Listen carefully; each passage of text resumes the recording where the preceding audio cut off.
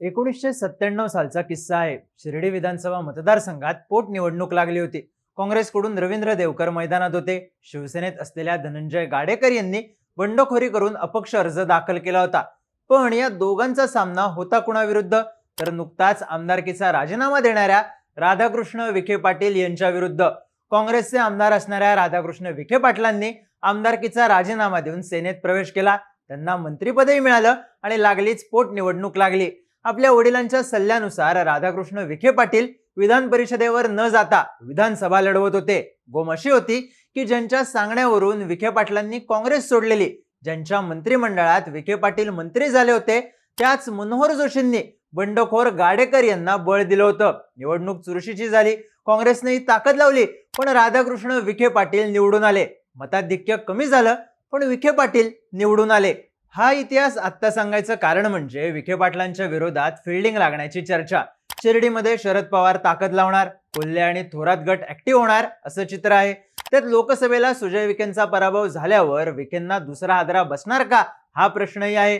पण इतिहास सांगतो विखेंना हरवणं सोपं नाही।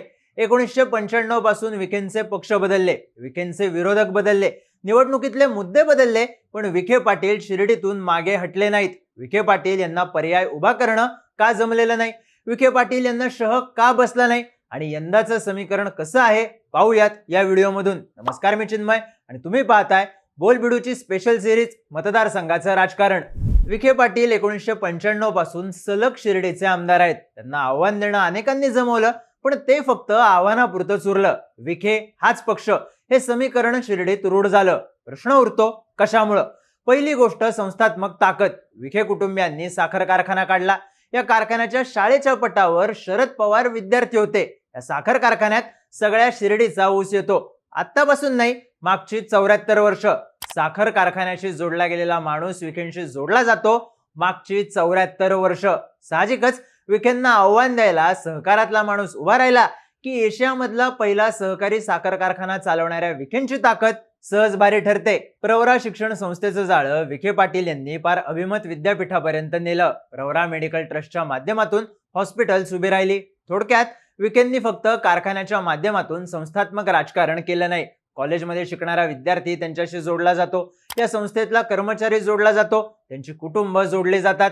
पण महत्वाचं म्हणजे एका संस्थेत शिकलेल्या, एकाच हॉस्पिटलमध्ये जन्माला आलेल्या पिढ्या भावनिक पातळीवर विखेंशी जोडल्या जातात।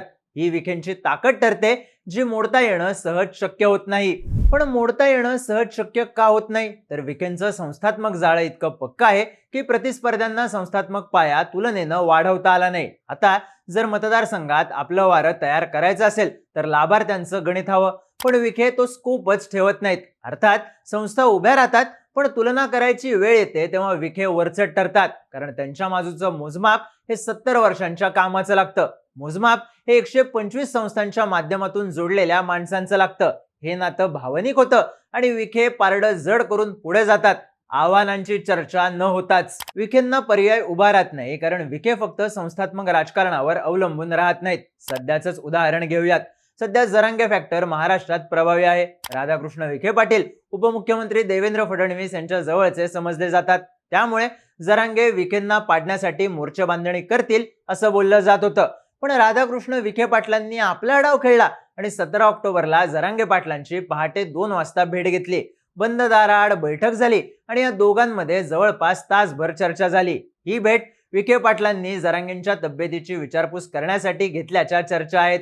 विशेष म्हणजे विखे पाटलांनी जरांगेंची आठवडाभरात दुसऱ्यांदा भेट घेतली। भाजप नेत्यांवर जरांगे पाटील टीका करत असताना विखे पाटील मात्र त्यांना एका आठवड्यातच 2दा भेटून त्यांच्या टीकेची लाईन सॉफ्ट करायचा आणि आपल्या मतदारसंघातली मराठा मतं जोडून घेण्याच्या प्रयत्नात आहेत असं बोललं जातं। आजवर विखे पाटील यांना मराठा मतांची मोठ जोडून ठेवण्यात यश मिळाले।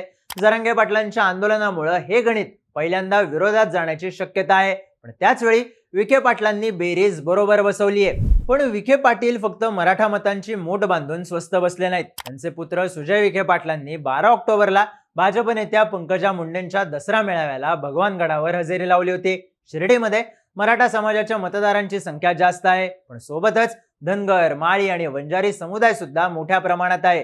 मराठा विरुद्ध ओबीसी अशी लढाई झाल्यास ओबीसी समाज विखे पाटलांच्या विरोधात जाऊ शकतो। त्यामुळेच ओबीसी प्लस मराठा दोन्ही मतांची फिल्डिंग लावण्यासाठी विखे पाटील कुटुंबीय प्रयत्नात आहे. साहजिकच संस्थात्मक राजकारणाला जातीय समीकरण ओळखून ती विरोधात जाणार नाहीत याचं गणित बसवता येत असल्यानं विखे पाटील यांना एक हाती पर्याय उभा करणं अवघड जातं.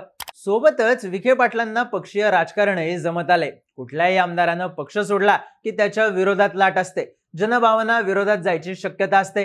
पण राधाकृष्ण विखे पाटील काँग्रेस सोडून सेनेत गेले आणि निवडून आले. 2019 ला काँग्रेसमधून भाजपमध्ये आले आणि 87,000च्या फरकानं निवडून आले. कारण घरटी एक माणूस विखे पाटलांशी कनेक्टेड असणाऱ्या शिर्डीत 1995 पासून विखे हाच पक्ष हे समीकरण बसवणं त्यांनी जमवलंय. जे तोडायचे प्रयत्न झाले पण फोर्स कायम अपुराच पडत आला. त्यात विखे ज्या पक्षात जातात तिथे त्यांची गरज निर्माण करतात. साहजिकच महत्वाची पदं मिळतात, जबाबदारी मिळते आणि वलय वाढत राहतं. पर्याय उभा करायचा असेल तर हे सगळं गणित बसवणं गरजेचं असतं आणि इथेच विखे पाटील अनुभवाच्या जोरावर बेरीज लावणारे ठरतात. अर्थात यंदाच्या निवडणुकीला समीकरणं बदललेली आहेत. विखेंकडे अनुभव मोठा असला तरी यंदा आव्हानं नवी आहेत. त्यामुळं सध्याचं गणित पाहणंही महत्वाचं ठरणार आहे. शिर्डी विधानसभेत 3 गट सक्रिय आहेत. पहिला गट अर्थातच विखे पाटलांचा. या गटाची ताकद, अनुभव आणि संस्थात्मक राजकारणामुळे मोठी आहे. दुसरा गट आहे विवेक कोल्हेंचा. कोल्हे यांचा गणेश सहकारी साखर कारखाना मतदारसंघात आहे, पण त्यांचं पॉकेट 30 ते 40,000 मतांपुरतं लिमिटेड राहतं असं सांगण्यात येतं. इथंही कारखान्याच्या क्षमतेची फूटपट्टी लागतेच. तिसरा गट आहे काँग्रेसच्या बाळासाहेब थोरातांचा. थोरात यांची मुख्य ताकद संगमनेर मतदारसंघात असली तरी इथं काँग्रेसला मानणारा मोठा वर्ग आहे जो थोरातांच्या बाजूनं उभा राहू शकतो. पण त्यांचं पॉकेट 20 ते 25,000 मतांच्या पुढे जात नाही अशी चर्चा होते. कोल्हे आणि थोरात या दोन्ही गटांची ताकद एकत्र केली तरी ती विखे गटा एवढी होत नाही. आकडेवारीमधून समजून घ्यायचं म्हणलं तर मागच्या दोन्ही निवडणुकांमध्ये राधाकृष्ण विखे पाटील यांनी लाखाच्या वर मतदान मिळवलंय, पण विरोधकांच्या मतांचा आकडा 50,000लाही टेकलेला नाही. लोकसभा निवडणुकीत ठाकरे गटाच्या भाऊसाहेब वागचौरे यांचं वारं राहिलं, पण शिर्डीनं शिंदे गटाच्या सदाशिव लोखंडे यांना लीड दिलं. विखेंचं समीकरण भेदता येणं अवघड जातं ते असं. सध्या शिर्डी विधानसभा महाविकास आघाडीकडून कोण लढवणार याबद्दलही प्रश्नचिन्ह आहेत.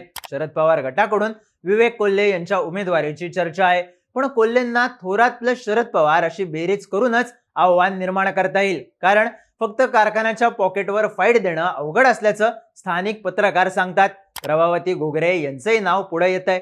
महाविकास आघाडीकडून कुठल्याही पक्षानं तिकीट दिल्यास त्या विखेंविरोधात निवडणूक लढवतील असंही बोललं जात आहे. पण त्यांच्या गटाची जिल्हा परिषदेबाहेर फार मोठी ताकद नाहीये. साहजिकच विरोधातला चेहरा किती प्रबळ यावर विखेंसमोरचं आव्हान किती कठीण हे ठरणार आहे. अर्थात फिल्डिंग दमदार असली तरी विखे मॅच फिरवण्यात एक्सपर्ट आहेत. कारण फिल्डर्स बदलले, बॉलर बदलला तरी विखेंची बॅटिंग मागच्या 29 वर्षांपासून सुरू आहे. पिचचा प्रॉपर अंदाज घेऊन. तुम्हाला काय वाटतं, यंदा विखेंना पर्याय उभा राहणं शक्य होईल का, की जुन्या ताकदीला नवी समीकरणं जोडून विखे पाटलांना डाव मारायची संधी पुन्हा एकदा मिळेल? तुमची मतं आणि प्रतिक्रिया कमेंट करून सांगा आणि माहितीपूर्ण व्हिडिओज पाहण्यासाठी बोलबिडूच्या YouTube चॅनलला सबस्क्राईब करायला विसरू नका.